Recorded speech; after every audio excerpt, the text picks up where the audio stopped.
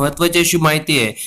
2013 नंतर लागलेल्या शिक्षकांसाठी, नियुक्ती झालेल्या शिक्षकांसाठी टीईटी 31 मार्च पर्यंत पास होणं म्हणजे उत्तीर्ण होणं गरजेचं होतं मित्रांनो, बंधनकारक होतं. मात्र मुंबई उच्च न्यायालयाच्या नागपूर खंडपीठाने यथास्थितीचा ठेवण्याचा आदेश दिलेला आहे. का आदेश दिलेला आहे आपण तो आता या व्हिडिओच्या माध्यमातून जाणून घेणार आहोत. मित्रांनो, महत्वाची अशी माहिती आहे की 2013 नंतर लागलेल्या शिक्षकांना टीईटी उत्तीर्ण होणं गरजेचं होतं. मात्र याचं कारण काय बघा, त्यांनी यथास्थितीचा आदेश दिलेला आहे. त्याचं कारण सांगितलेलं आहे की आतापर्यंत त्यांना सेवा समाप्तीचे आदेश दिले होते, मात्र या टीईटीचा अभ्यासक्रम असा निश्चित तयार करण्यात आलेला नाही. कोणतेही प्रश्न विचारून या ठिकाणी टीईटी घेतली जाते.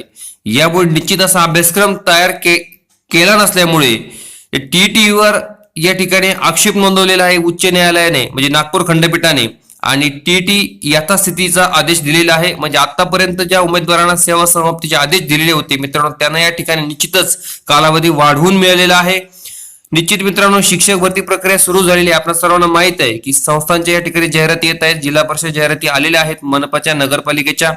मित्रांनो, त्याबरोबर आता आपल्याला 11 तारखेला लॉग इन करून शाळा पसंतीक्रम निवडायचा आहे.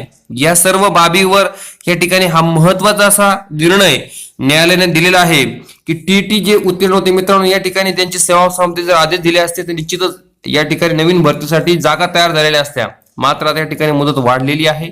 त्यांना या ठिकाणी टीईटी उत्तीर्ण होण्यासाठी निश्चित असा कालावधी या ठिकाणी वाढवून मिळणार आहे. या ठिकाणी काय म्हटलेलं आहे बातमीमध्ये, महत्वाचं असं बघा, दरम्यान शिक्षण विभागाने आतापर्यंत घेतलेल्या टीईटी या कोणत्याही निश्चित अभ्यासक्रमाविना घेण्यात आले आहेत. पात्रता परीक्षेत कोणतेही प्रश्न विचारले जातात, त्यात शिक्षकांची कौशल्य तपासणी होत नाही. त्यामुळे टीईटी वरून शिक्षकांची गुणवत्ता तपासणी अशक्य आहे. अशा परीक्षेसाठी एक ठराविक अभ्यासक्रम तयार करा अशी विनंती याचिकेत करण्यात आली आहे. टीईटी साठी अभ्यासक्रम तयार करण्यात येत असल्याची माहिती राज्य सरकारने हायकोर्टात सादर केली. त्यामुळे यापूर्वीच्या टीईटी साठी अभ्यासक्रम निर्धारित केलेला नव्हता असे खंडपीठाच्या निदर्शनास आल्याने न्यायालयाने टीईटीवर यथास्थितीच ठेवण्याचा आदेश दिला. तसेच राज्य सरकारला 8 आठवड्यात उत्तर सादर करण्याचे निर्देश दिले. याचिकाकर्ते ॲडव्होकेट भानुदास कुलकर्णी यांनी तर सरकारतर्फे ॲडव्होकेट शिशिर उके यांनी बाजू मांडली.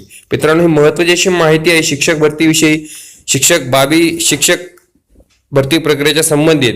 म्हणून मित्रांनो, यावर व्हिडिओ बनवा. अशाच महत्त्वाची अपडेटसाठी चॅनल सबस्क्राईब करा, लाईक करा, व्हिडिओ आवडला तर शेअर करा. धन्यवाद.